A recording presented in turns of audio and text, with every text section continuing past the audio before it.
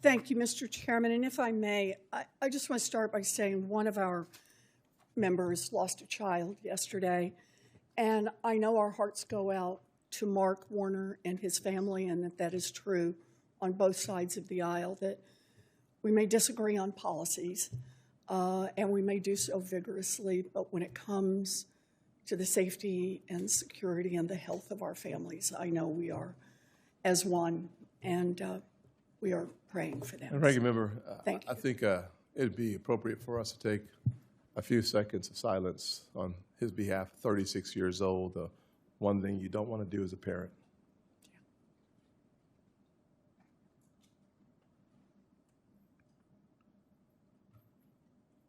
Thank you. Thank you. Thank you, Mr. Chairman, and appreciate all you do. Okay. So we should not be having this hearing today. And here's the context. First, over the past year, President Trump has racked up one economic failure after another, and Americans know that. Consumer sentiment just hit its lowest level on record ever. Inflation is rising, and families are paying more for groceries, more for health care, more for utilities, more for housing, all thanks to Trump's chaotic tariffs and one big, beautiful bill. And now his war with Iran is putting American troops in harm's way and further driving up the cost of nearly everything here at home. Second, in your testimony, you said it's perfectly fine for elected officials to state their views on interest rates. But that is not what Donald Trump is doing. The president has repeatedly and illegally attempted to take over the Fed. His bogus attacks on Governor Lisa Cook and Chair Powell were designed to threaten all the members of the Fed to do Trump's bidding and open more spots for Trump flunkies. Why try to end the independence of the Fed? Because Trump's economic failures are causing him political problems, and he wants the Fed to use monetary policies to artificially juice the economy in the short term, and this is his last chance to do that before the November elections. Having a sock puppet in charge of the Fed would also give the president access to the Fed's powerful authorities to enrich himself, his family, and his Wall Street buddies.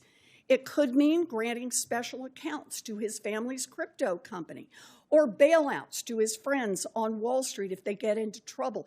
In other words, a Fed under Donald Trump's control creates more opportunities for Trump's corruption. Third, the nominee before us today, Kevin Warsh, is uniquely ill-suited for the job as Fed chair.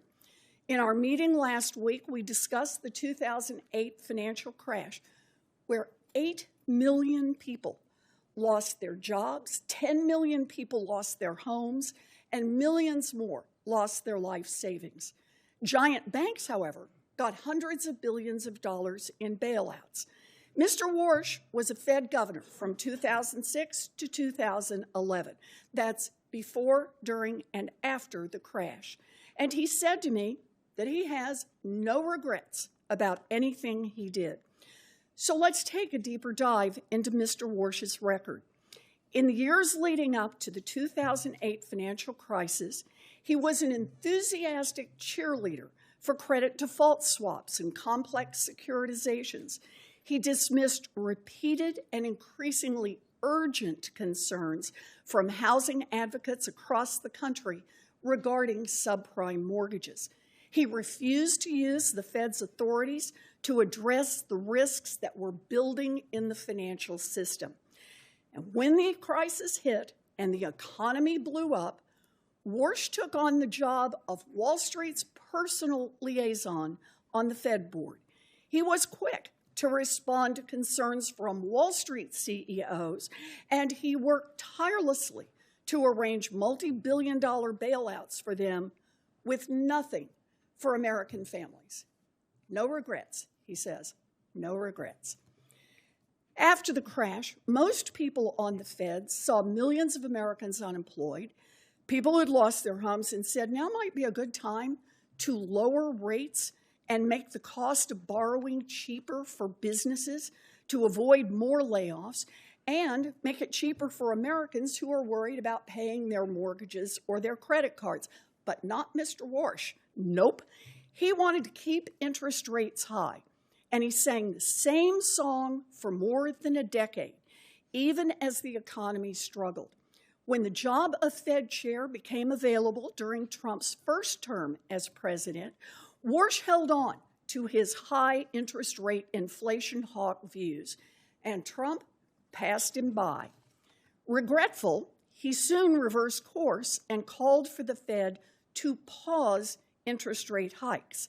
Then, once Trump left office, Mr. Worsh flipped again and was even criticizing the Fed for cutting rates in the fall of 2024. But as soon as Donald Trump became president a second time, Worsh reversed himself once more and began shouting from the rooftops about how the Fed should cut interest rates. Evidently, he learned his lesson. This time around, he sucked up to Donald Trump to snag his dream job. Mr. Chairman, last week, every single Democratic member of this committee asked that you postpone this hearing and instead conduct oversight on the president's role in directing bogus criminal probes into Chair Powell and Governor Cook. The Senate should not be aiding and abetting Donald Trump's illegal takeover of the Fed by installing his chosen sock puppet as chair. It's an invitation for corruption and for economic catastrophe. We have the power to stop it, and we should be using that power. Thank you, Mr. Chairman. Support journalism you trust. Support PBS News. Donate now, or even better, start a monthly contribution today.